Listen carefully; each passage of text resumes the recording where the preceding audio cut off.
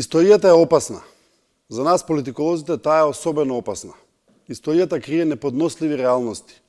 Ернест Ренан, проникливо и помалку злокобно, вели дека нациите се конституираат како успешни или неуспешни проекти, воз основа на еден неочекуван консензус помеѓу политичките и научните елити, а тоа е заборавот или заборавањето.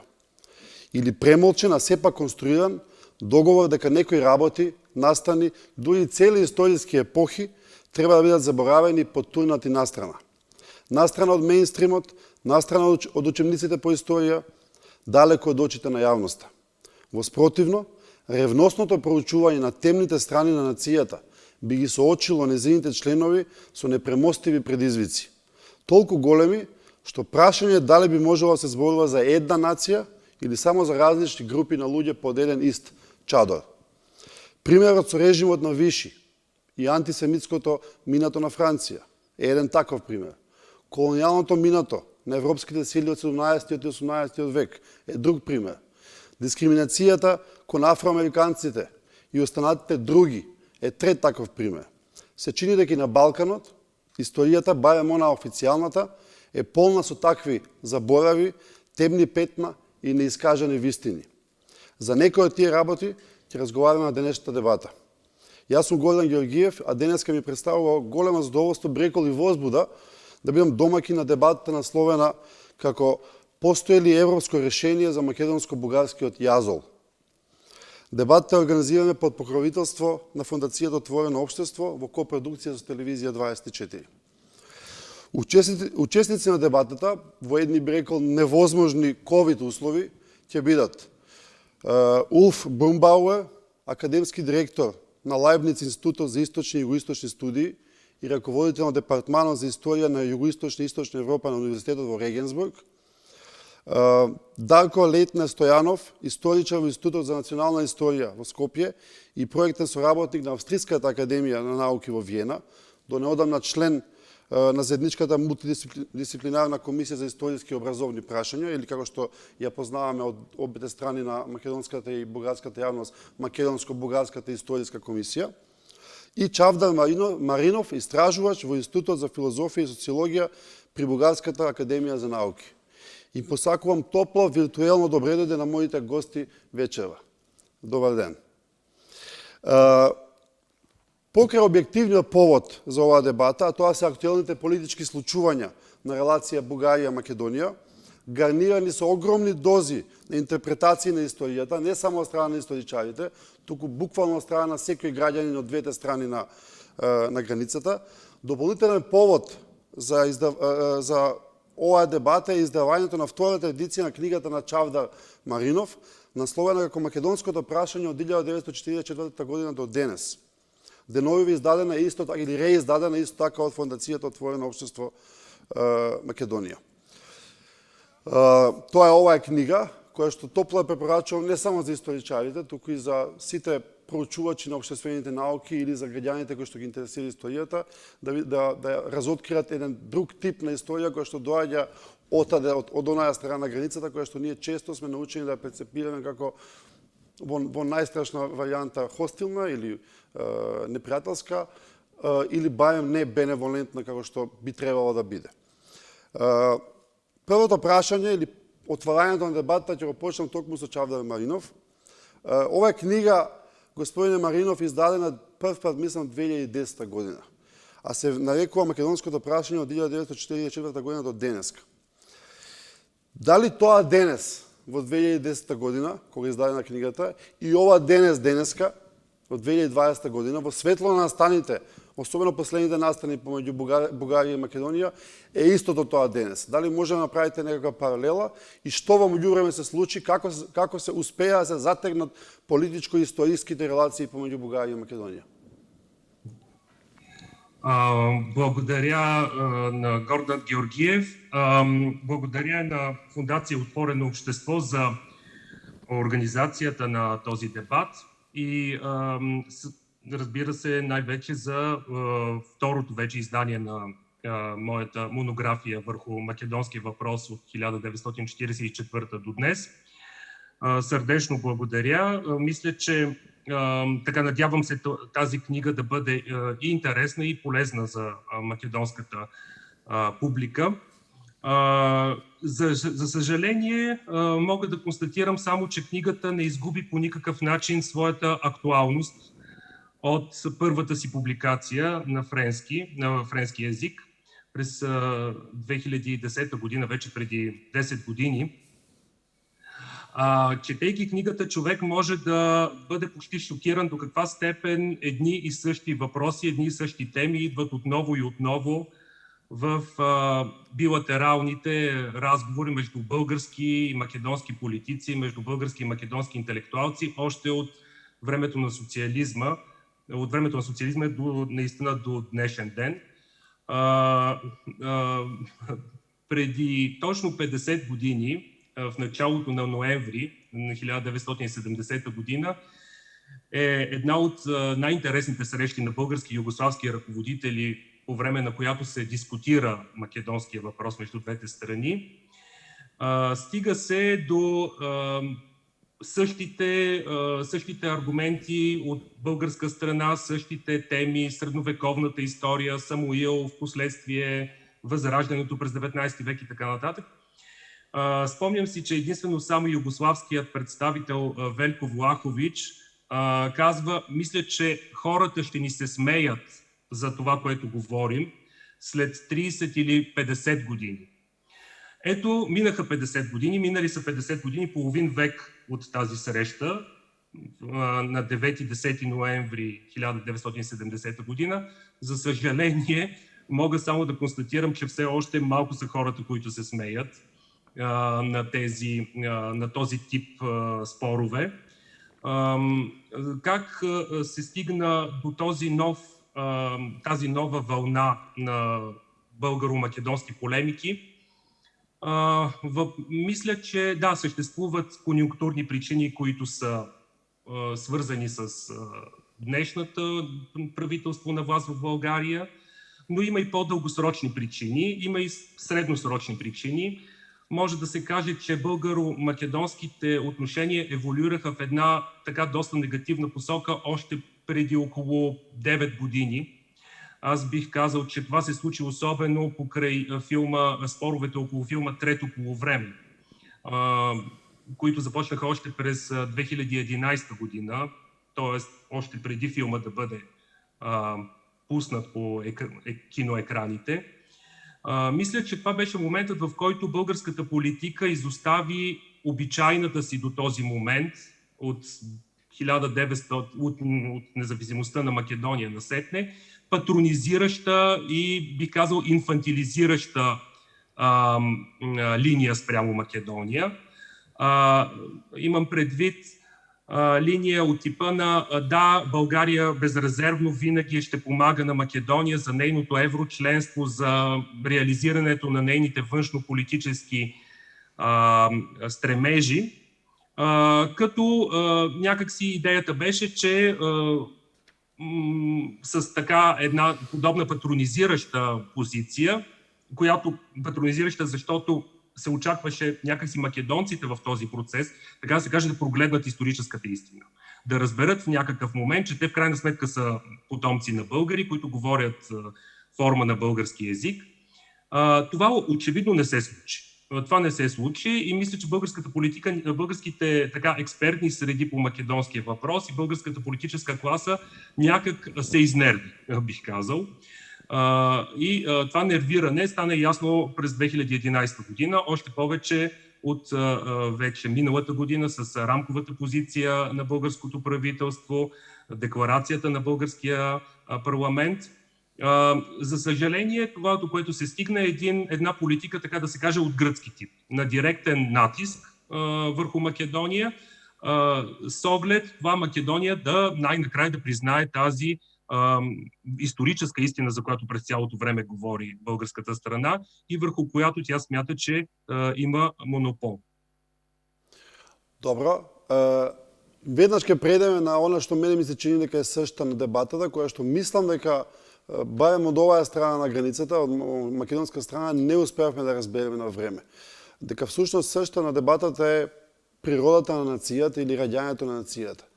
временски, како некаква одсечка временска. И сега би сакал веднаш се префалам на професор Брумбауер со едно многу едноставно, но всушност можеби најтешкото прашање. Барем за политиколозите и социолозите. За историчарите веројатно ги гледаат низ друга призма. Каде и како, на каков начин можеме да ја ситуираме нацијата во сегашниот контекст? Сакате да го гледаме од еровски ракурс или од балкански? И дали таа може нацијата како таква да биде обсервирана или проучувана со иста диоптрија во сите времења и во сите простори? Значи, како би може да дискутираме нацијата денеска и што таа значи денеска, за да дојдеме до некакво евентуално решение или одмотување на овој јазол кој што изгледа непремослив на неколку дена пред евентуалната одлука за Македонија да почне или да не почне преговори со Европската Унија. Поведете, професор Брумбауер. Thank you very much, and I apologize for speaking English. This is really a very big and complex question on the one hand, but you could also say that actually it is not such a complex and difficult question, because the nation is a state of mind, and the nation is not something that falls from the sky. It is not something that has been around all the time. It is something that people want to be. And I think the most basic question, what is a nation, is if there is a certain amount of people believing that they form a nation, then they are a nation. And then any argument whether they have any objective features of being a nation or not becomes really irrelevant. I can maybe give an example from a different context, so not from the Balkan context. I am an Austrian. And in many ways, I can sympathize with the Macedonians, because we have, as Austrians, we jokingly say we have a similar problem in regard to how Germans perceive Austrians, although there's a major difference, because Germany does not have an Austrian obsession, whereas Bulgaria obviously has a Macedonian obsession. This is the real problem. The real problem is not a controversy between Macedonia and Bulgaria, but it is a Bulgarian problem. So it's a problem of the Bulgarian collective psychological stance, if you want. But let's look into Austria. The Austrian nation is a very new invention. It was created after World War II, basically at the same time like the Macedonian nation. And before the 1940s, before the war, most German speakers in Austria, there was a country, this is a difference to Macedonia, there was already a state, an Austrian Republic, and before that an Austrian Empire. But most German speakers there would have identified as Germans in national terms. And only after 1945, people began to identify as Austrians, and an Austrian national identity was created. Obviously not so much on the basis of language, although there's also an Austrian dictionary, so there were also attempts to create an Austrian language, but now it's obviously officially recognized as German, what we Austrians speak, with certain differences to the German used in Germany. An Austrian history was created, was invented, if you want. A certain mythology was created with Austrian heroes in the past, Mozart, for example. The Alps became a national mountain. So if there's a political wish to create a nation, and if you can come up with a credible story with a nice mythology, then you might achieve a situation where the majority of people in a certain country, in a certain region, identify themselves as a nation. And the fundamental processes are very similar. So nation building in the Balkans and nation building in Western Europe, or nation building in Latin America, the differences are not so huge. It's different features are seen as national characteristics. Sometimes it's the language, in other cases it's the religion. You take something that helps you to differentiate yourself from other people. But the basic principles are really very similar. And what we can really say with, I think with conviction as scientists, is that the nation is a product of modernity. it's something that was invented in the late 18th, early 19th century. Some nations emerged later, some earlier because of certain historical circumstances. But at the end, this is also not so important. I mean, it's irrelevant for the evaluation of the credibility of a nation. Whether a nation has emerged in the 20th century or in the 19th century, that might be an issue for the nationalists in these countries. But academically speaking, it does not make a nation less worthy than another one only because it is newer. And I think the basic problem here is that people in Bulgaria and in Macedonia still think that the nation is something that has existed all the time, that is connected to ethnicity, and not something that has been constructed on purpose by certain people, and you can easily show that through historical research.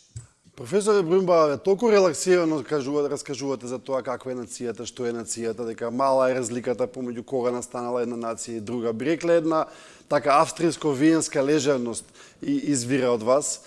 А ова се токму темите кои што се клучните прашања околу кои што македонците и бугарите или македонската држава и бугарската држава ги кршат копјата. Баш тоа, дали едната е постара од другата, што тоа значи, дали старината или староста на нацијата ја одредува нејзината важност, кредибилитет, поставеност во некаква можеби геополитичка рамка. Потоа битката околу јазикот, вие со таква леженост кажувате околу германскиот јазик и австриците употребувајќи го тој јазик, кај нас тоа е голема тема, би рекол најголемата тема. Таа е тема во моментот во Македонија која што е прашање да се биде или не. На тоа ниво е поставена. Каде нашли е проблемот? Кај нас е проблемот? Во чија интерпретација е проблемот? Како гледате на тоа? Here, I think what is really clear that, I mean, on the one hand, we can say that in a scholarly discourse, and I think we also have to convince ordinary people that this is the case, we can and must say that the nation is something that is constructed. But on the other hand, we also need to recognize that for many people, this is really very important and a very emotional issue. And I think at this point, what concerns Macedonia and Bulgaria, I mean, I think it's probably more easy to explain why questions of nationhood are very emotional and very important in North Macedonia. As a relatively new country, a country that has faced big pressure from another neighbor, from Greece, that was forced to change its name. And I think that's pretty unique. I don't know any other example in European history when a country was forced to change its official name because of pressure from a neighbor. This helps to explain why questions of nationality have a certain circulation and why they are so salient in Macedonia. And then you see that everything that you think is important for your national identity, everything on which your national identity is built is ignored by another neighbor. And the other neighbor is also bigger and already part of the European Union. So I think it's easy to understand why Macedonians take it very seriously. It's more difficult to understand why Bulgarians are so obsessed with the Macedonian question. Everyone, and Chafta knows much better than me, but everyone in Bulgaria has a very strong opinion in Macedonia. Most of them subscribe to this very nationalistic view. Most people in Bulgaria know next to nothing about Macedonia. Maybe they have been to Ohrid because they believe it's a nice Bulgarian place, but they don't know what kind of scholarship comes out from Skopje. They also don't know that in Skopje, in Macedonia, historians have a completely different view on the history of their own country than what the Bulgarian government claims. So I think there's a strange combination of ignorance, but also of strong opinion, which very often is the case, that people have a very strong opinion about things, about they have actually no knowledge at all. Okay. But it shows that the Macedonian question is really very important for the formulation of Bulgarian national identity in the 20th century. And in a way, it has become part of the DNA of Bulgarian nationalism. And I think even if there was no Macedonia, Bulgarians still would feel this phantom pain of North Macedonia not being part of Bulgaria. Во ред, Дарко Стојанов, кога слушам професорот како раскажува за нацијата и за историјата, влечам, се обидувам да извлечам една импликација дека кога политиката или политичките наративи, можеби геополитичката поставеност која не би била вмешана во историските работи, ако може да кажеме, и кога би се оставил еден природен тек или разговор меѓу историчарите, можеби би се работите би се разрешиле. Само како работна теза ја поставувам. Вие до неодамна бевте член на Македонско-бугарската историска комисија, како што нарекуваме колоквијално. Дозволувам да не сакате можеби да зборувате за самата работа на комисијата. Ако сакате, би сакал да слушнам ваше мислење како ја оценувате сегашниот статус и работата на комисијата, но имам едно подпрашање кое што ми се чини важно повторно околу интрузијата или вплеткувањето на политиката во историјата. Практично, две влади на две различни држави создаваат две различни комисии, составени од историчари, на некој начин, грубо кажано, со политички декрет, значи ги бираат конкретните историчари на кои што им понудуваат да бидат членови на комисијата. Мојот впечаток е дека, може би грешам, може би сум пристрасен, дека македонската страна на комисијата, македонските историчари или историчарите од Македонија, дека имаат, да речеме, полиберални сваќања за историјата и за историските конструкти, а од друга страна дека бугарската страна може би се, не знам дали тоа би се рекло по-конзервативни, али да речеме потврди национални позиции, официјални позиции визави историјата. Ево, првата провокација е ова кон Дарко Стојанов, а го поканувам подоцна и Чавдар да влезе во оваа дискусија доколку мисли дека е потребно. Повелете, Дарко. Фала за прашањето, Гордан. Така би почнал, што се однесува за идејата дека можеби без политички контекст или без силни политички рамки дека историчарите можеби подобро нешто би разговарале. Тука може да се каже како одговор и да и не. Затоа што вистина е дека колку што политичкиот контекст е послаб, толку помалку, како да кажем, толку повеќе се зголемуваат шансите за некаков поширок диалог. Меѓутоа, од друга страна, тука може да се стигне во заблуда да се мисли дека историчарите се, како да кажем, сите од прв до последен некој вид на просветени филозофии, дека со отворени умови, дека ќе најдат решенија за се. Историчарите, како и политичарите, ги има, односно не има, од секаков тип. Тоа е многу индивидуално. И во историските дискусии може да се стигне до многу по-лабави, по-растоварени диалози, но многу да може да се стигне и до многу по-тврди, по-националистички дискусии од сегашните. Значи, варијантите се многу и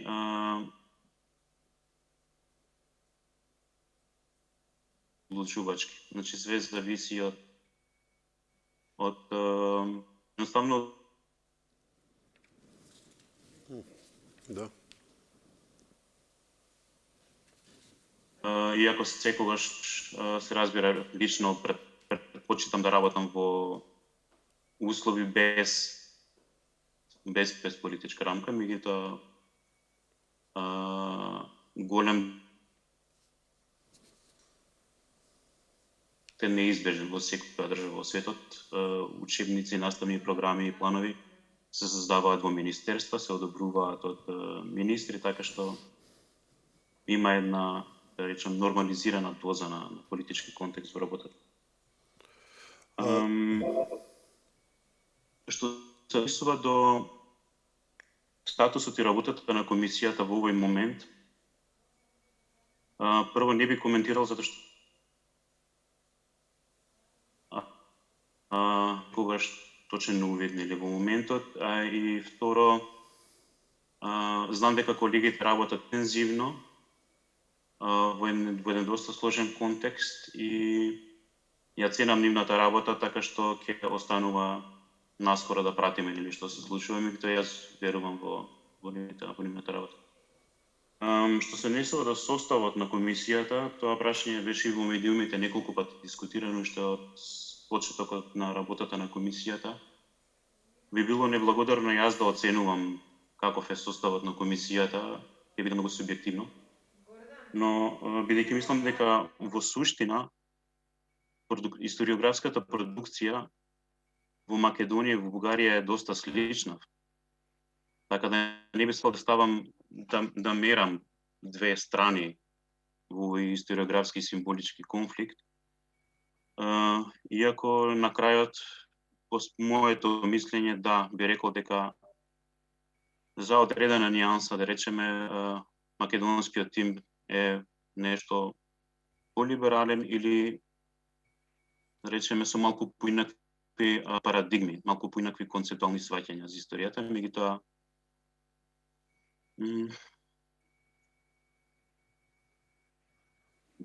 повторно, без разлика на тоа, има доволно канали за да може да се води дискусија.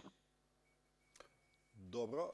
Јас ќе се обидам да бидам поголем адвокат од ѓаволот и да кажам, мојата перцепција, гледана од страна, е дека има прилично резка дистинкција помеѓу двете страни, значи двете комисии. И сега можам да го замолам и господин Маринов и потоа господин Брумбауер да дадат можеби коментар гледајќи од страна. Господин Маринов претпоставам дека важи за некаков либерален изданок на историографијата во Бугарија, што значи дека веројатно е во некакво прогонето малцинство, ако може така да кажам. Ме интересира просто прашање. Едната комисија зборува за споделена историја, другиот тим од бугарската страна зборува за заедничка историја. И за тоа се во историјата, во историографијата два, колку што ги гледам јас, прилично различни концепти, од кои што имаат силни импликации. Може ли некој да ми ја објасни што е суштината или суштинската разлика помеѓу споделена и заедничка историја и како тие би можеле да комуницираат меѓу себе отелотворени во две комисии, представници на едната и на другата влада, да кажем на некој начин? Ова е важно прашање што ние имам впечаток дека македонската јавност барем не го разбира која е дистинкцијата помеѓу заедничка и споделена историја. Повелете, Чавдар. Благодаря ви, Гордан. Наистина, вашите впечатления, споделям до голяма степен вашите впечатления относно състава на комисията и мотивациите в случаите на македонската, съответно на българската част на комисията. Сега нещо, което трябва да се подчертая, че в контекста на българската историография македонския въпрос е поле резервирано за националистически настроени историци. Така е от много дълго време.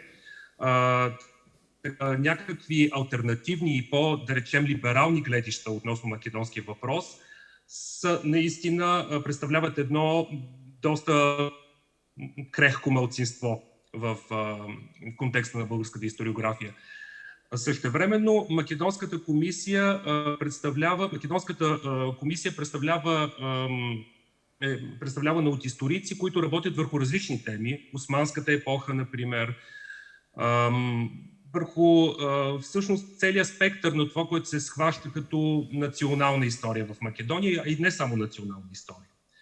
Тоест, в Македонската комисия поради тази причина беше възможно да попаднат и по-млади, по-либерално, да речем, настроени историци с много важен международен опит в международен контекст, докато в българския случай стана така, че именно до голяма степен поради факта, че македонският въпрос е пар екселанс, се схваща като национална кауза в България, попаднаха така едни мейнстрим, да речем, историци, които имат една доста консервативна гледна точка.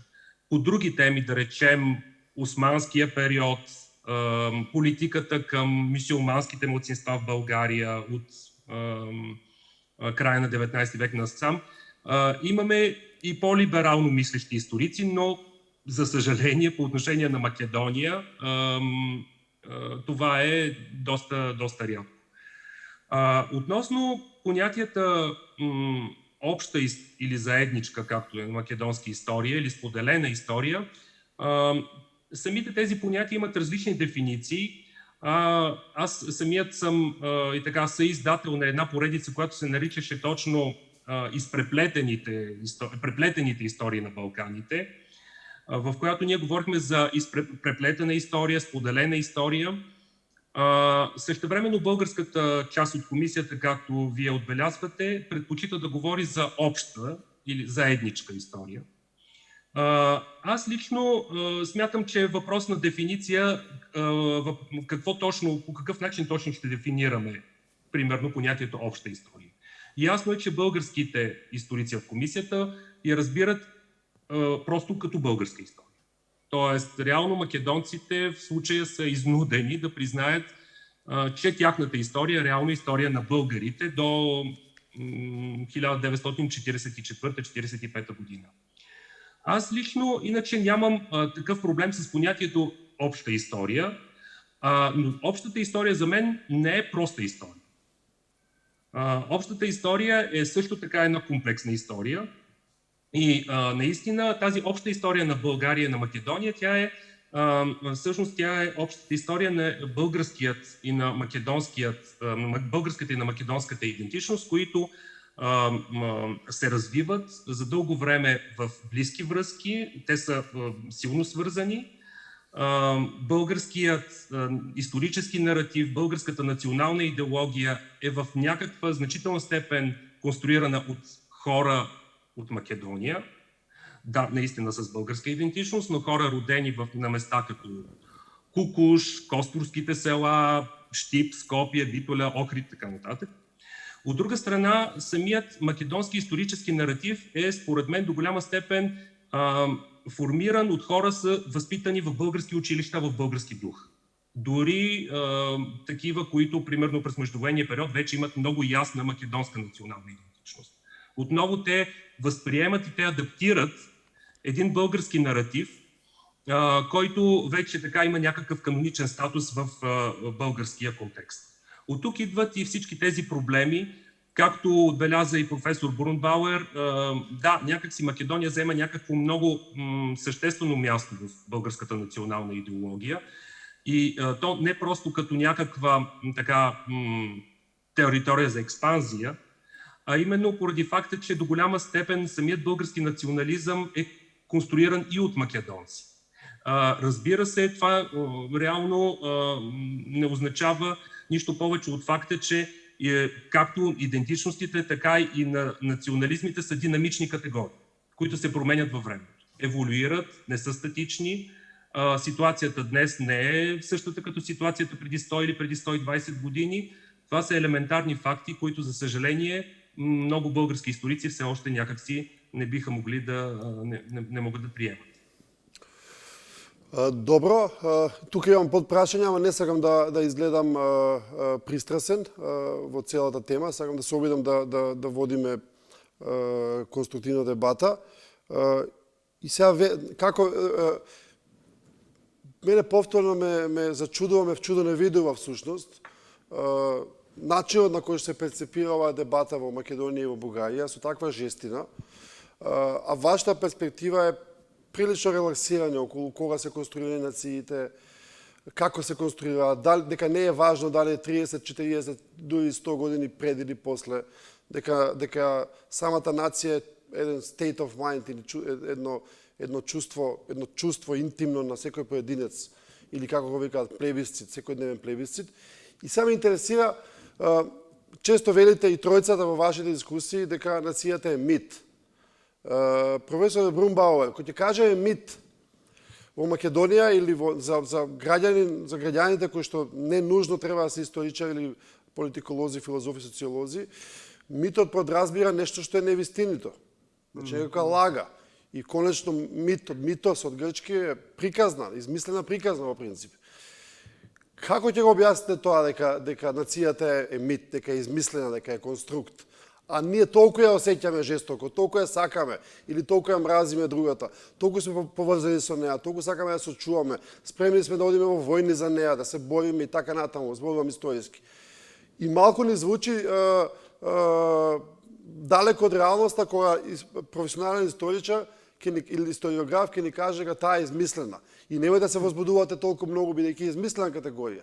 Можете ли оваа, да речеме, перверзија да кажеме за нас да ја објасните? I don't know, Gordon, whether you know, I once ran into very big problems by using the word myth in the Bulgarian context 15 years ago. So probably I should not use it anymore, because it opens up all kinds of misunderstandings. So obviously the nation is not a myth. The nation exists, and the nation mainly exists because there are institutions which promote a national identity, or which also express the collective wish of a nation. For example, theoretically at least, a parliament is also thought to be the space where the national collective political preferences are debated and decided. And schools promote national identity, historians write national history. But what I want to say is that each nation has some mythology, and mythology does not mean that it is not grounded in some facts.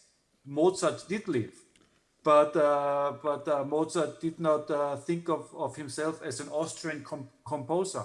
Gotze Delchev also is a fact. He existed, but I think Gotze Delchev was not preoccupied every day by thinking, am I a Macedonian or a Bulgarian? I think he was basically an anti-imperial revolutionary, and probably most of all he was a socialist.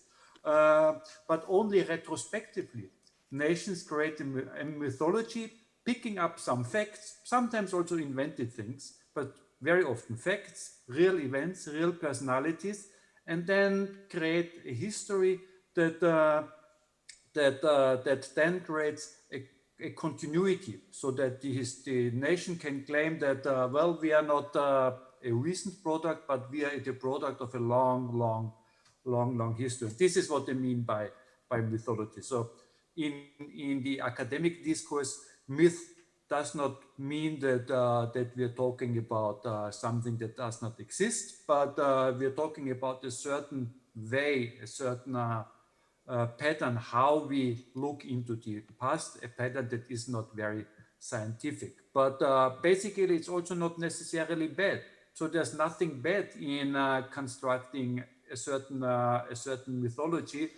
For example, for the French nation, believing that the ideals of the French Revolution, égalité, fraternité, solidarité, they are the basis of the French mythology of the nation. It's a nice myth. It's a good myth. It's an inclusive myth. We obviously know that the French Revolution took a little bit a different course at the end, but there's a nice mythology on which you can build. But we need to make a difference between mythology and academic history writing. But if I may make one comment on the commission, Of course.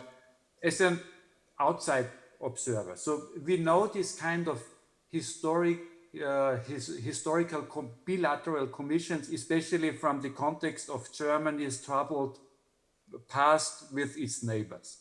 And these commissions basically have the role to support the process of healing, and also to find a way how a very, very difficult past, mainly because of German crimes, can be told in a way that Germans and their neighbors find some sort of consensual view of history. But here we talk about a history that involves genocide, a history that involves the Holocaust, a history that involves war crimes,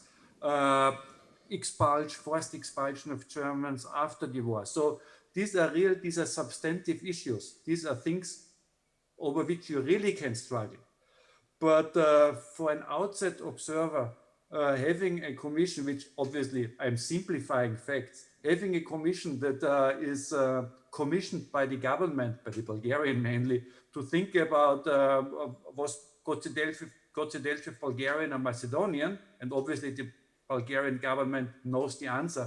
It really seems a little bit ridiculous. So I think the problem of the commission is that actually there's not really a problem for them to solve. There's just a problem invented mainly by the Bulgarian government, and the Macedonian government, as the weaker part in this equation, had to agree to form this commission, but there's not really something to actually solve.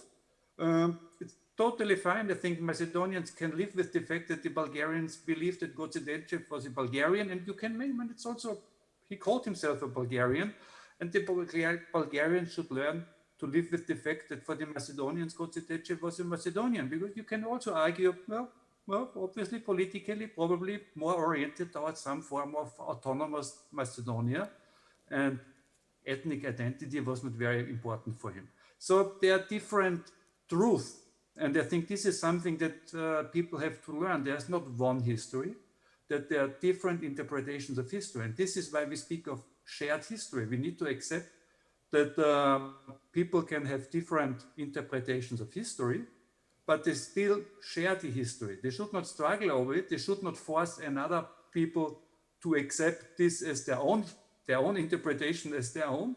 So this is why the Bulgarian rhetoric of Obste Istorija is really very ideological.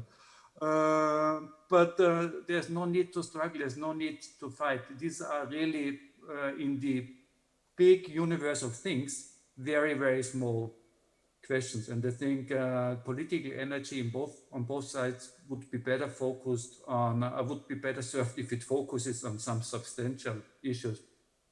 Build a railroad between Skopje and Sofia. I think that's much better than arguing about who Gocedelchev was or was not.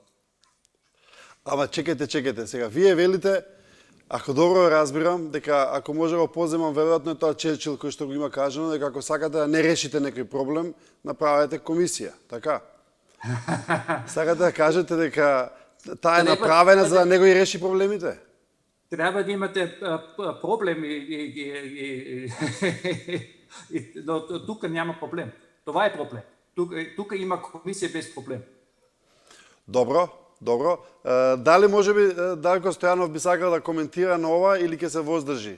Со целата почет дека може... Не, многу интересни тези, јас ги читав и во медиумите претходно и ми се допаѓаат многу. Значи, главното нешто во наблюдувањето на работата на комисијата е податокот дека таа има своја динамика во овие 2 години. И во првите фази не беа наметнувани овој тип на прашања и овој тип на проблеми. Едноставно повеќе се работеше за, како да кажеме, подавање рака, диалог после децении на символичен спор, историографски и така натаму. Значи, во една многу по-млака варијанта, да кажем. Понатаму, како што се развиваше динамиката на разговори, се наметна и други прашања или се засилија други прашања, што дури за мене, а и за колегите од комисијата што дава изјави во медиумите, може да приметите дека беа сметани за абсурдни. Например, од моите колеги што дава изјави, неколку пати потенцира дека комисијата не утврдува историски вистини и невистини, дека не е комисија за верификација на факти. Тоа би било нешто абсурдно и во таа смисла комисијата не би се занимавала со тоа дали Гоцеделчев бил едно или друго, дали македонскиот идентитет е еден или друг. Значи, тоа се работи што се навистина абсурдни. Меѓутоа, значи, тоа е едното нешто. И второто нешто е што исто така во првите фази работата може би беше порелаксирана затоа што немаше толку вести за дебатите во Брисел, каде што европратеници директно дебатираат, а на еден начин и вршат и притисок за тоа што е историска вистина и како треба да работи комисијата. Значи, како што се засилуваше таквиот пристап, така и најде одраз врз работата на комисијата со тоа што ја отежни работата, го отежни диалогот и се фактички се зголемува абсурдот на некој начин. И, за мене лично, мене ми се допаѓа идејата да постои диалог меѓу историчари, но и други научници од разни дисциплини од двете земји и пошироко. Меѓутоа без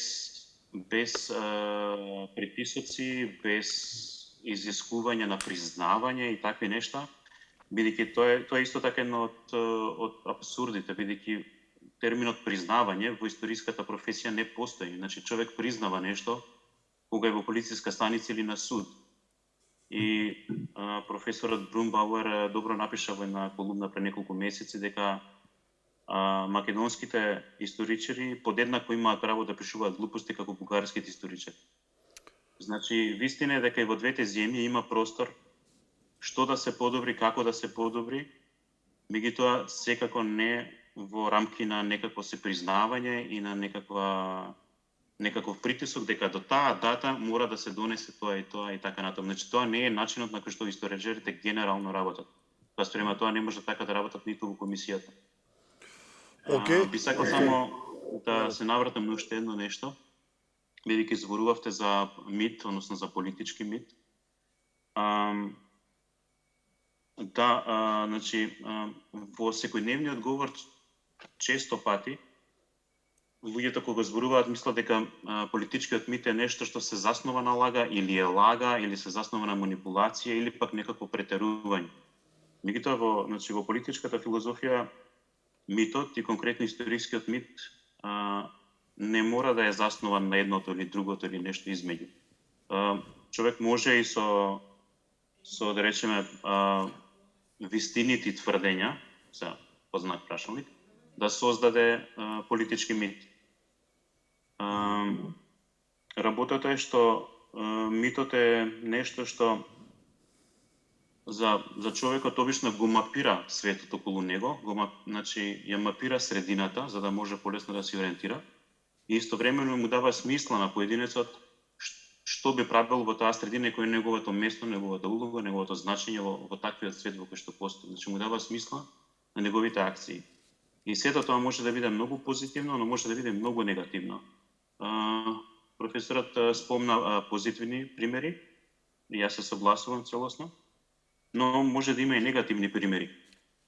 За еден таков, например, митот за античко потекло или митот за потекло нацијата. Во одредени случаи може да доведе до пораст на агресии, на тензии и така натаму, односно кога митот се сведува на прашањето кој дојде прв, например. И така натаму, сега да не ја ширам дискусијата.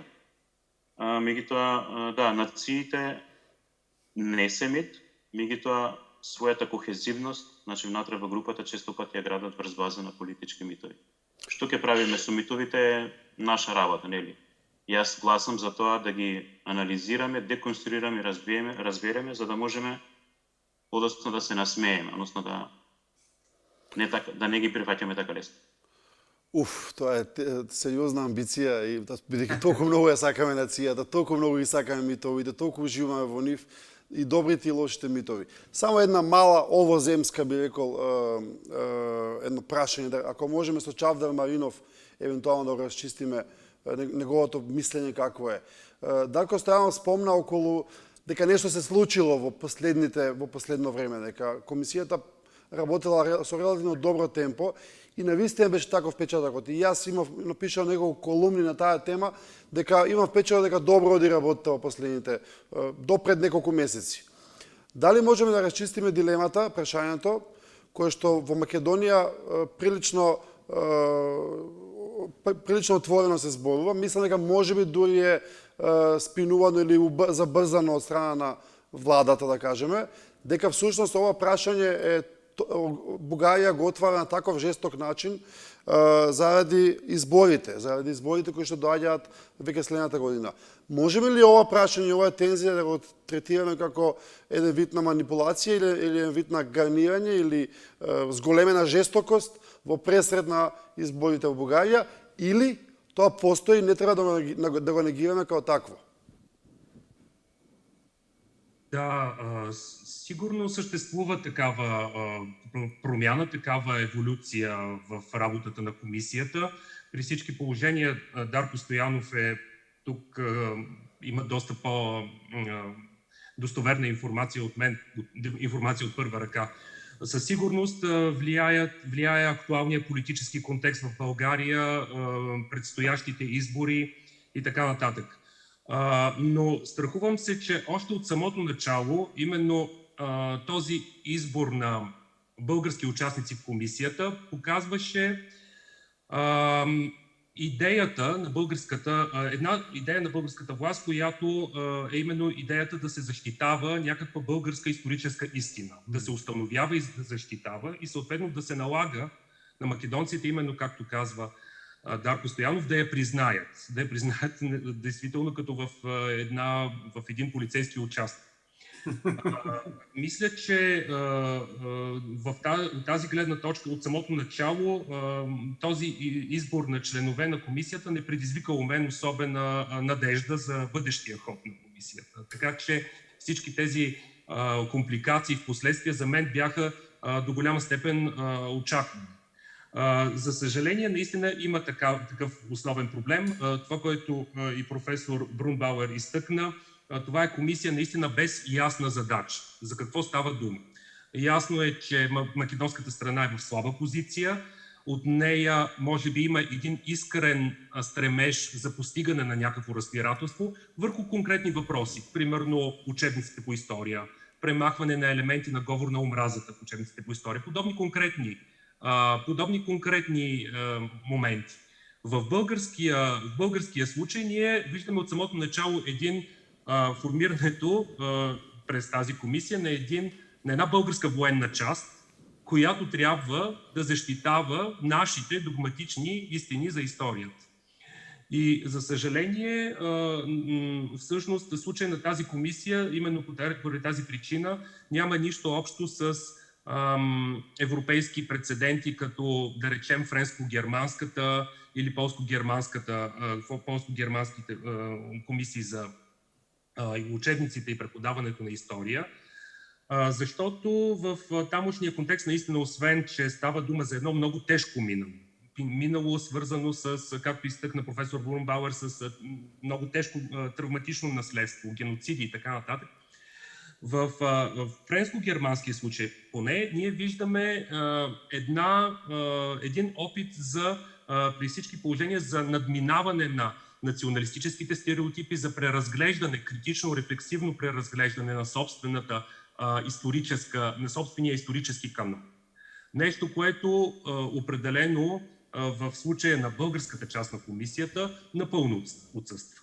Напротив, там идеята е да се наложи българското четене на историята от една привилегирована позицията на членка на Европейския съюз, върху Република Македония, нейните историци и нейните граждани, което наистина е една форма на тормоз, на булинг, както се казва на английски. И според мен наистина няма място в писането и в историографията.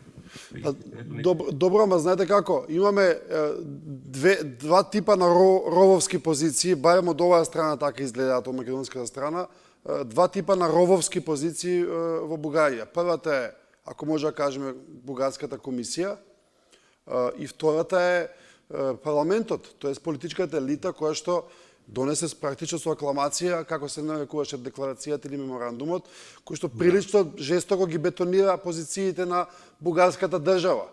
И тоа со еден широк транспартиски консензус. Тоа веднаш повикува од оваа страна на границата, од македонската страна, да се исцртаат црвените линии. Десницата во Македонија веќе жестоко бара, и дури не звучи ни толку нелогично тоа барање од страна на десницата, дека ако веќе Бугарија ги исцртала тие црвени линии, треба и ние да ги исцртаме од нашата страна тие црвени линии. Вас ви е јасно дека таквата поставеност, рововска поставеност на работите, нема да води кон решение. Туку напротив, ќе води кон уште поголемо оддалечување не само на политичките елити. Тие знаат и да се смират и да се, како вел сложни попови о петок мрсат. Но граѓаните, реално граѓаните од двете страни на границата, комуникацијата навистина може биде оттежната, да има реални тензии помеѓу од двете страни. Како мислите дека може да се излезе од таа ситуација во овој момент? И дали воопшто може, ако гледаме сега во кратки историски одсечки во иднината? За момента, да, ми се струва, че нямаме основания за оптимизъм, поне не в краткосрочен период. От друга страна, дали ще се намери някаква политическа формула, макар и някакво временно решение, да, възможно е, но при всички положения това ще означава, за мен поне, преразглеждане на работата на комисията. Тоест, в някаква степен ще трябва така да се българската позиция да се опита по ще трябва да се опита да направи някакъв компромис. Как ще изглежда този компромис? Това е нещо, което предстои да видим дали ще се случи въобще и как ще се случи. Добро, професор Брумбауер, вие ги начнавте овие темни страни на историјата, кои што нациите или државите или политичките раководства во еден консензус, тоа беше мојот првичен цитат или реинтерпретација на Ренан, сака да ги заборават, да ги потиснат, да бидат во некаква подсвест нивна, да не постојат во официјалната нарација на нацијата. Можеме ли малце да позборуваме за тие страни? Ги спомнавте, не знам, нацистичкото минато на Германија и како таа долго и на тежок начин се ослободува тоа минато.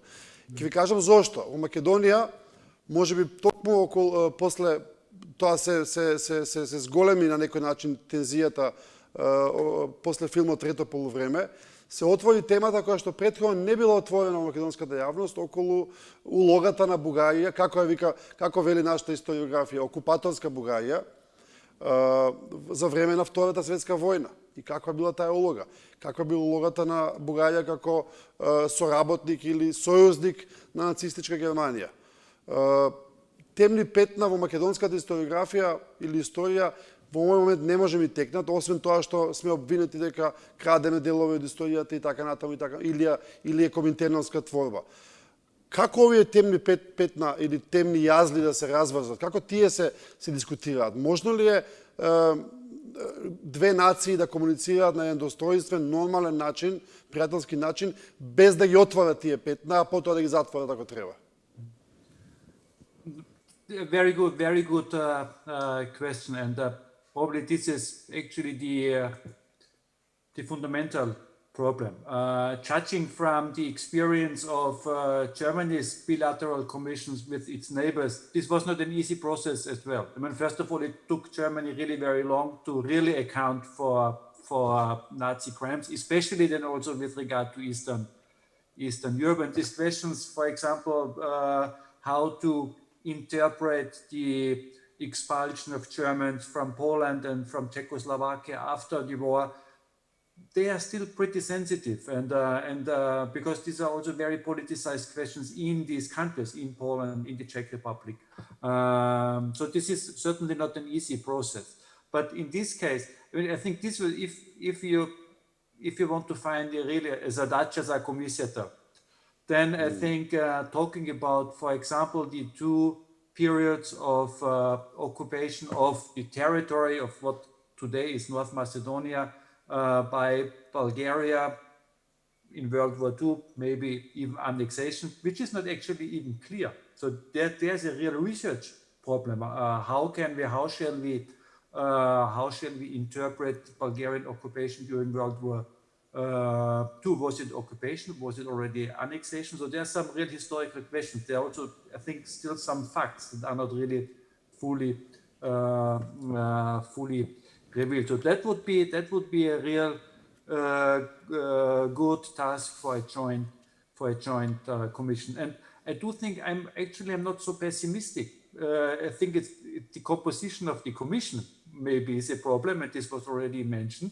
But in Bulgaria nowadays, I think no halfway reasonable historian would deny, and even the Bulgarian public knows, that while the Bulgarian Jews inside Bulgaria were rescued, but not the Jews in Macedonia, for example. So I think there has been also a process of reckoning with these dark sides of Bulgaria's past, on which you can build. But it seems that as soon as the word Macedonia is mentioned in Bulgaria. Even many liberal, open-minded Bulgarians in a way become caught in a very nationalistic viewpoint. But if you look at the shared history of Macedonia and Bulgaria, it's certainly not the most problematic one in Europe, and therefore I really don't see any reason why dealing also with these dark sides of shared history, especially because the main culprit for this dark side is still Nazi Germany, should be so difficult. I think with some goodwill and less politicization, it's possible. But if a government really demands the other side to acknowledge something, priznavanje was already mentioned, and if a government already thinks to know what needs to come out from historical research, that's not a very good starting point for such kind of effort. Let the historians do their work. Let them do what historians can, digging through the archives, establishing the facts, and then they should argue about how can we interpret the facts. But I think when it comes to, for example, both cases of wartime occupation, there's still some facts that are not universally accepted. So I think we can start with this very basic groundwork of historical research, going to the archives, bringing together everything we need to know, and then we can have an argument how we actually interpret this history. This is a very normal process. We historians don't never agree on the history, but this is how we also create new historical research. We build on the shoulders of others, but we need something to build, and we need to do that without political interference. Окей, много ме интересира и мислењето на Чавдар Маринов на оваа тема, условно кажано за бугарските црни петна, но ме интересира да слушнеме и од страна на Дарко Стојанов. Имаме ли во Македонија такво нешто? Ние сме научени дека сме помала нација, помлада нација веројатно, и дека таа секогаш била опресирана, и дека секогаш била во позиција на грч, во позиција да се брани од поголемите нации околу. Може ли за тоа да кажеме нешто? Дали има некои работи? Знаете како, јас кога сум учил историја како дете во школа, што ме издробеле, тоа сум јадел, тоа сум сркал. Значи сум бил врамен во некаква смисла, сум бил врамен тоа што сме го учеле, дека тоа е нашата историја. Секако се отвара дебатата, особено оваа бугарско-македонска дебата, се обидувам да откриам дали има некои работи кои што не соодветствувале на реалната, на вистината во тоа време и како тие факти да се интерпретираат и реинтерпретираат. Значи, две посебни прашања. Првото е за Чавдар Маринов околу истото прашање што беше за професорот Брумбауер и второто за Дарко Стојановски околу македонските црни кутии, да кажеме. Да, това е наистина един важен въпрос, върху който, съгласен с професор Брумбауер, си струва да се дискутира в една такава комисия. По-специално българската окупация през Втората световна война. Сега, действително, съществува вече една критична историография в България, макар тя да не е доминантна, която по един по-критичен начин разглежда подобни въпроси. Разбира се, темата за по-специално за окупацията на Вардарска Македония през Втората световна война все още се интерпретира по така установения националистически начин като едно освобождение, за което, нали, едва ли не целият македонски народ жадувал. Но мисля, че действително съществуват вече и критични публикации, които по-специално по темата за Холокоста в Вардарска Македония и в окупираните части на Северна Гърция, които дават определена надежда. Тоест, да, наистина можем да кажем, че при българските историци има някакъв стремеж за рефлексивно преразглеждане на тези черни петна от българската история. Наистина, за съжаление, в самата тази комисия подобни историци не намериха място, което показва така политическите мотиви, които стоят зад нейния състав, поне от българска страна. Иначе, да, темата за окупацията на Вардарска Македония през Втората световна война е важна тема, интересна тема. Това е момент, в който вече наистина имаме ясна еманципация на македонската национална идентичност и наистина мога да кажа, че много въпроси, свързани с тази тема, все още не са достатъчно добре получени и изследвани и се надявам да бъдат така предмет на скорошни, по-така интересни и важни изследвания.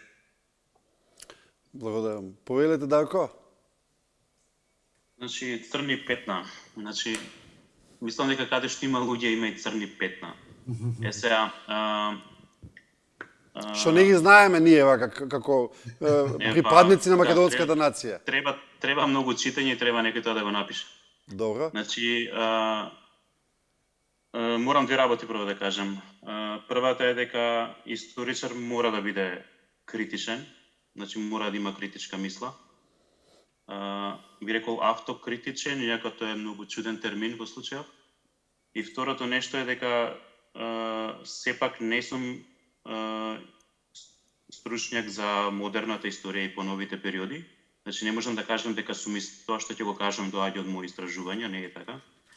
Но во читање, значи во рамки на тоа што сум го прочитал како историски материјали до сега, се разбира дека во македонската историја има црни петна. Значи има материјали за насилства, кои што не се доволно обработувани или пак се објаснети низ ореолот на светоста на националното дело, светоста на националните херои. И тогаш се става под тепих секој насилство. Или пак кога се отварале црните петна, тоа најчесто било од позиција, да речеме, интелектуалци или политичари од лева или десна провиненција, ќе отворат црни петна нели за, да речеме, од другата страна. Но меѓутоа повторно внатре во истиот круг, нешто што се вика национална историја. Меѓутоа, да, можеби разликата е во тоа што во минатото, односно до 44-5, бидејќи не постоела македонска држава како политичка творба, едноставно тие црни петна го нема тој интензитет, тие димензии, тој предзнак на политички систем што ги извршил. Меѓутоа секако дека кога човек ќе се задлабочи ќе најде нели такви материјали. Сега тоа секако треба да се работи, бидејќи интелектуалците воопшто и историчарите не треба да замижуваат пред тоа што не им се допаѓа. Иако предпоставувам дека во една средина со една поинаква традиција на читање на историјата, дека тоа ќе се дочека така не толку пријателски. Ме прашавте исто за митот за виктимизација, нели дека македонците секогаш биле жртва и така нешто.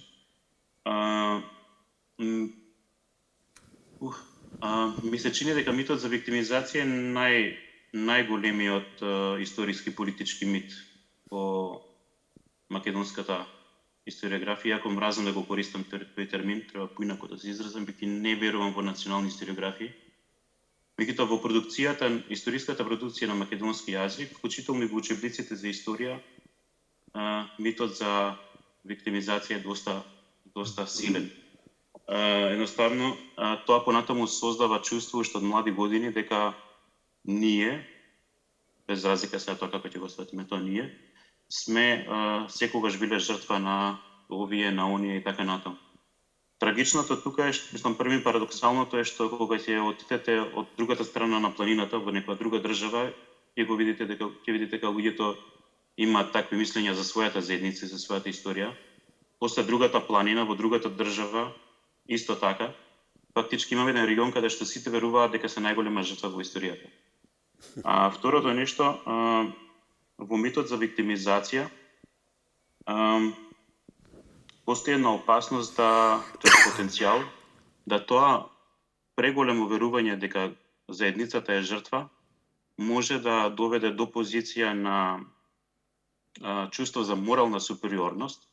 Значи ние секогаш сме во право бидејќи ние секогаш сме биле жртва, а понатаму од тоа чувство понатаму да се изроди и евентуална агресија. Значи такви примери на Балканот, особено со војните во 90-тите, имаше многу. Јас не тврдам дека тоа ќе се случи, меѓутоа потенцијалите мислам дека постојат. И спрема тоа мислам дека е нужно и во Македонија, но и во соседните држави и секаде каде што тоа постои, дека треба критички да се обсервира митот за виктимизација. Добро, бидејќи па другиот екстрем кој што монументално пропадна беше оној квантен скок што сакавме да го направиме во антиката, нели? Тоа се два диспаратни. Тоа е во истиот спектар на политички историски митови во Македонија, значи митот за виктимизација, митот за античко потекло. Така да има уште пар други се разбира, меѓутоа тие се така најсилно застапени во последното време. Добро. Океј, предлагам сега да одиме на да пробаме да отклучиме темата, формалната тема на оваа дебата, која што е трик прашање всушност, дали постои европско решение за македонско-бугарскиот јазол.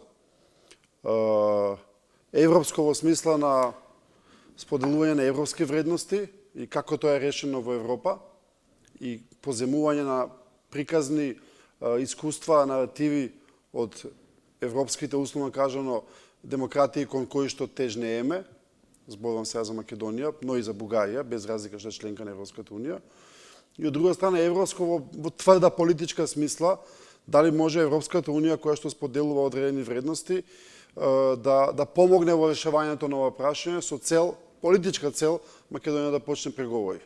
И сега тука имам уште неколку подпрашања, ама ќе го оставам вака да лебди, па подоцна ќе си дозволам да ви поставам и подпрашањата. Ќе почнеме прво со најголемиот европјанин меѓу нас, професорот Брунбауер. Дали постои европско решение за македонско-бугарскиот јазол? Yes and no. I think yes when we speak about the politics of this issue. I think and I think behind closed door, European officials and also the German Foreign Ministry was already telling this, especially the Bulgarian friends. I think the European Union must really make very clear that the negotiation process with North Macedonia must not be hijacked and blocked by Bulgaria because of its obsession with the Macedonian question. And I think that this must be a very clear message so that Bulgaria learns. I mean, it's anyway, from a foreign policy point of view, I don't see the rationale. So it's very clumsy foreign policy. It's pretty stupid actually by Bulgaria in foreign policy terms. And I think the European Union really must make clear to the Bulgarians that's a no-go. They can argue with the Macedonians, but that must not interfere with the negotiation process. North Macedonia has done more than many other countries in order to finally get a negotiation date, and now we should really start with real negotiations. But there cannot be only a European question because Europe cannot be responsible for everything. And I think Bulgarians and Macedonians, if we want to use this collective words, they must find a way how they can live with the fact that Bulgarian society and Macedonian society have a different view on the history of a region that for most of the time did never belong to Bulgaria, and only for now like 70 years 80 years belongs to something that can be called the state of Macedonia. So I think this is something that the intellectuals, the policymakers, but also the wider societies in these countries will have to learn. The Europeans can maybe mediate. You can learn from the European experience that you can live with different visions of the past, but you cannot, in each and every case, wait for Brussels or for Berlin to solve your problems. So I think when history is concerned, we should really leave this to the peoples involved and not ask Brussels for a solution. They can provide some guidance. They can provide maybe a little bit of mediation and share experience from other parts of Europe that have difficult and troubled shared paths. But you also have your own responsibility to come up with a working solution for this controversy, which, as you already said, does not seem very important, at least not for an external observer. Ќе го поврзам ова прашање и вашиот одговор со претходната дискусија на Дарко Стојанов околу виктимизацијата, околу улогата на жртва на македонецот како еден потентен, моќен мит во Македонија. И ќе се обидам да го артикулирам едно притајано, помалку или повеќе јавно чувство кај етничките македонци во Македонија визави Европа или визави Европската Унија.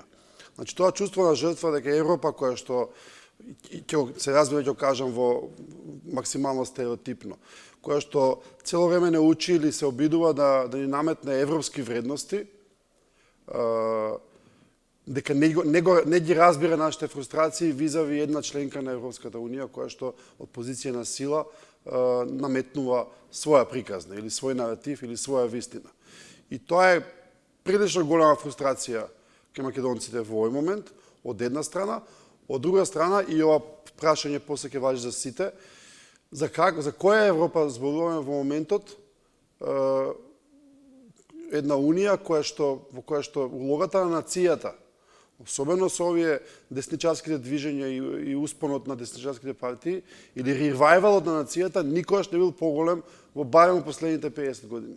Значи имаме една понагласена улога на нацијата и сега малку изгледа дури перверзно да разговараме на европски начин да ги решиме проблемите со Бугарија, кога во Европа повторно како да вирее национализмот, условно кажано тврдиот национализам. Сега постави многу прашања, ама вие ќе ги систематизирате, бидејќи тоа ви работата како историчари. Повелете кој сака, кој се чувствува повикан. Ајде би почнал јас тогаш, ако може. Значи, прво, многу добро што се објасни што подразбираш под европски вредности, бидејќи може да се свати на многу различни начини.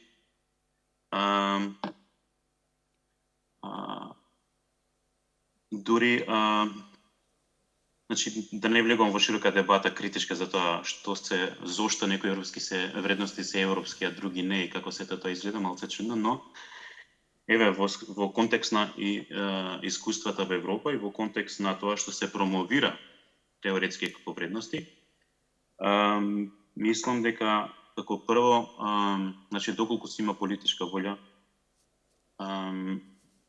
историските контроверзи не би требало да бидат, како што истакна и професорот Брумбауер во неговите текстови веќе и во дебатата, не би требало да бидат воопшто дел од процесот на евроинтеграција, односно на преговори.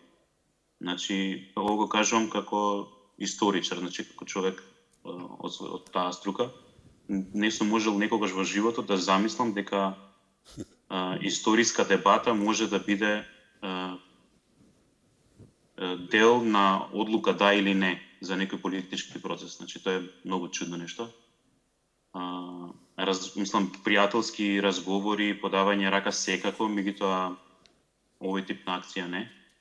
Затоа што во склоп на тие европски вредности се признаваат различностите во секоја смисла, дали таа етничка, национална, родова, сексуална, значи било какви се признаваат и различните мислења, различните гледишта.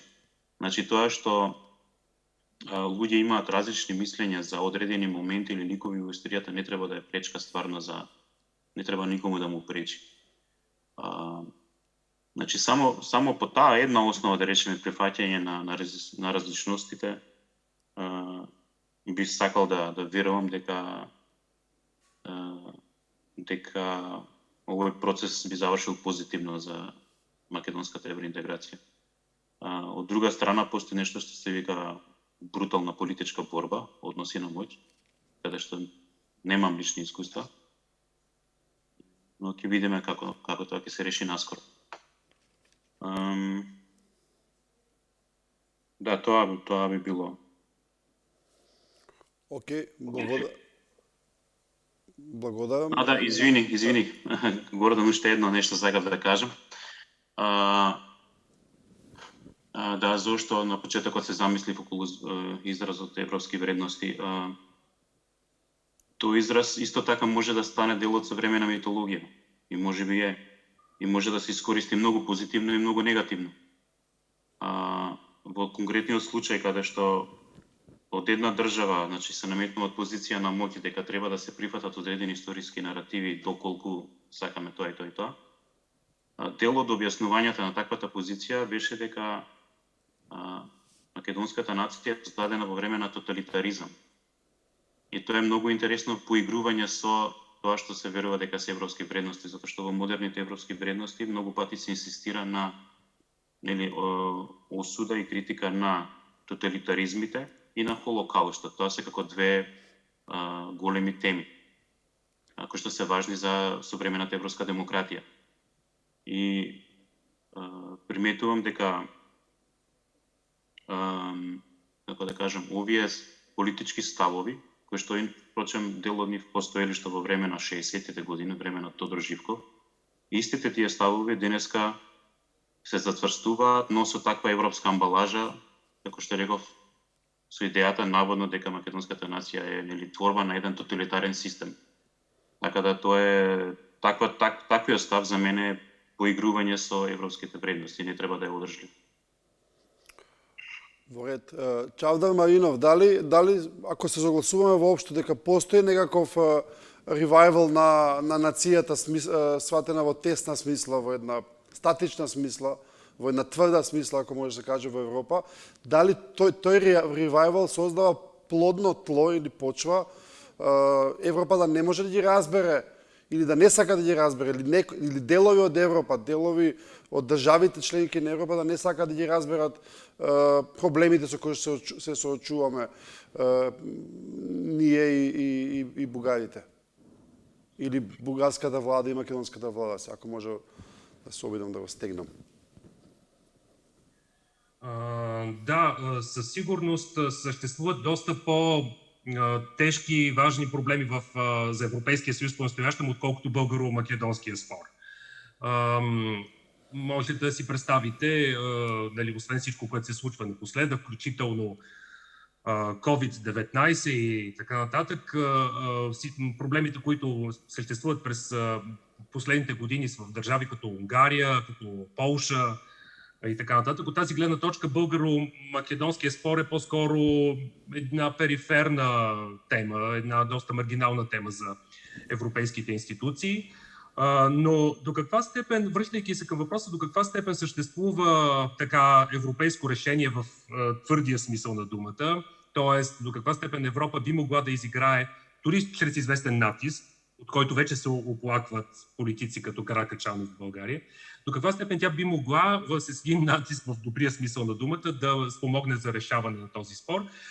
Вероятно може, и аз не съм непременно така противник на идеята за политически натиск, защото мога да си представя поне един доста тежък националистически спор на Балканите, който е решен вследствие на на поредица от чисто политически решения, без зад тези политически решения да съществува сериозна работа от страна на историографията или сериозни дебати в публичното пространство на съответните държави.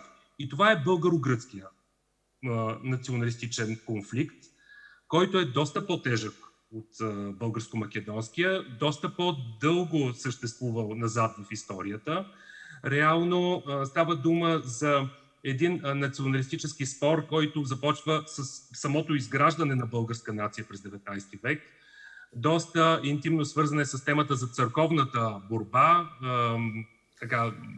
създаването на българска екзархия, в последствие с македонския въпрос, в последствие към македонския въпрос и това, което в гръцката историография се нарича македонска борба, се добавят окупациите на части от Северна Гърция, на днешна Северна Гърция, през Първата световна война, през Втората световна война, много тежки престъпления, всъщност доста по-тежки от тези, които се случват във Вардарска Македония под българска окупация. И разбира се, след Втората световна война, някак си като че ли не съществува особена надежда за решаване на всички тези конфликти между България и Гърция, които освен това вече попадат в два различни политически лагери. Големи политически лагери. Но всъщност това, което наблюдаваме от края на 60-те години, 70-те години, вследствие на чисто политически решения, се стига до едно, всъщност, така, може би замитане под килима, както се казва, на проблемите, но което в крайна сметка върши работа. Защото днес за българите това е така, може би, пример, който твърде често давам напоследък, едно ходене до Гърция не е свързано с някакви изключително романтични представи за националната история.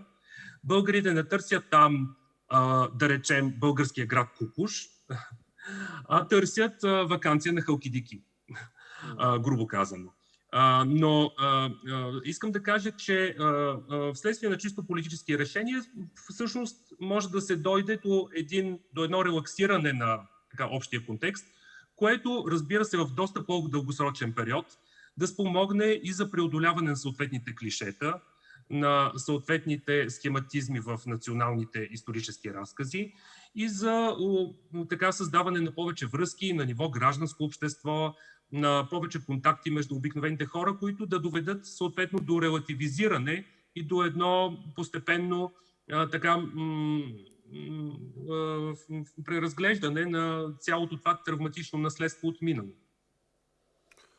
Окей, благодарам. Професор Брунбауер, ќе даете ли за крај еден вид на обланда на цела оваа дискусија? Малце една, како се нарекува тоа, глазирана европска перспектива.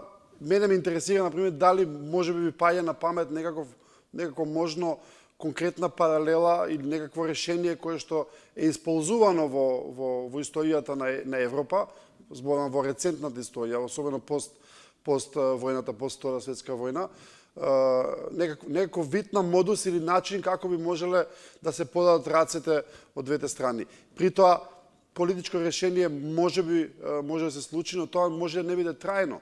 Ние знаеме дека политичарите, како се се менуваат, историјата останува, таа тежи и тешко се менува, тешка варијабла е во одредена смисла. Имате ли на ум како европските нации или современите европски нации би можеле да решат вакво прашање или би можеле да помогнат во решавањето на прашањето? I think I do not fully agree with you because I think there's really one specificity in Southeastern Europe or in the Balkans that history is taken much too seriously. And this is not because people are by nature so concerned with history, but because it is so politicized. So I think what Justin Marinov said is really right. There must be a political solution to this. My guess is that by nature neither Bulgarians nor Macedonians would every day when they wake up think about history if the political climate was a different one. So I think an important step, and this is a European lesson, depolitization of history. I think this is something that the Balkans really can learn from Europe, which is not perfect, but and then when it comes to history as science, then I think what Bulgaria and Macedonia could learn is that they should create a framework for historians from both countries to work on those issues they find relevant. So it should not be the government telling them you have to research this or that, you have to do this or that, but the two governments could come up with, for example, a joint framework program funding historical research and then asking historians from Macedonia and from North Macedonia and from Bulgaria to design projects. And then you can evaluate them according to academic, strictly scientific criteria. This is something, for example, that exists between Germany and Austria, between Germany and France, And it is not the government to decide which kind of research we fund, but the government says, okay, we want to bring historians or scientists from these countries together, but we let them do what they see relevant and what they consider necessary. And it's strictly evaluated on academic merit, and those projects that are good receive money, and not those projects which follow a certain political line.